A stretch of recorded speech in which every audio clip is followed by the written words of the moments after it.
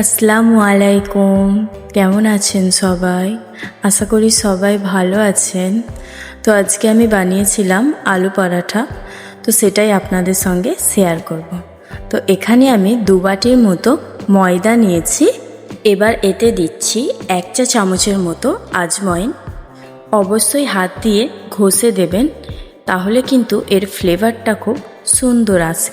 তারপরে দেব 1/2 চা চামচের মতো লবণ ও অল্প অল্প করে জল দিয়ে একটা ডো বানিয়ে নেব।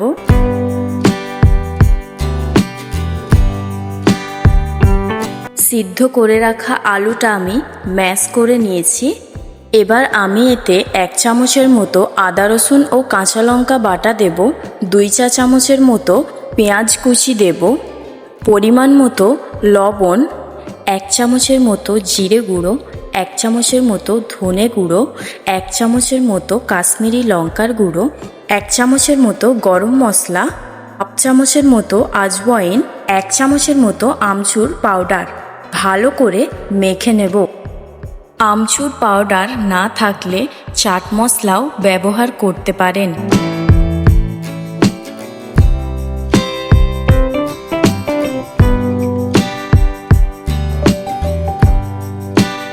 ডোটা আমি ছুরির সাহায্যে 2 ভাগে ভাগ করে নেব। এইভাবে হাত দিয়ে গোল করে নেব। উপর থেকে অল্প একটু ময়দা দিয়ে ভালো করে বেলে নেব। একটু মোটা করেই বেলে নেবেন, না হলে আলুর পুরটা দেওয়ার পর বেলার সময় ফেটে যাওয়ার সম্ভাবনা থাকে। এবার আলুটা দিয়ে এইভাবে মুড়ে নেব।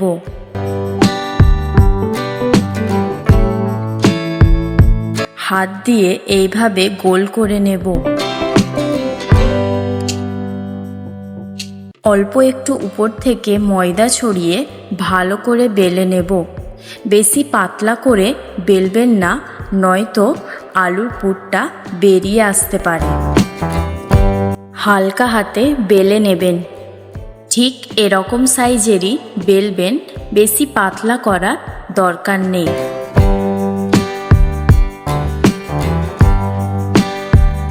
তাওয়াটা আমি গরম করে নিয়েছি, এবার দিয়ে দেব। উল্টে পাল্টে ভালো করে সেঁকে নেব। গ্যাসের ফ্লেমটা একদম লো টু মিডিয়ামেই রাখবেন। আমি এখানে ঘি দিয়ে ভেজে নেব। আপনারা চাইলে তেল বা বাটারও ব্যবহার করতে পারেন।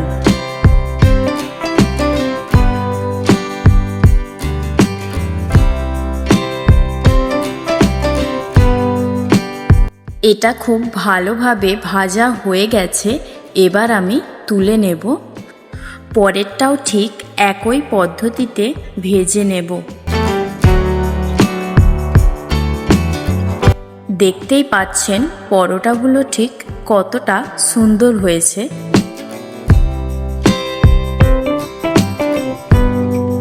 আমি আপনাদের একটা ছিঁড়েও দেখাচ্ছি কতটা নরম হয়েছে।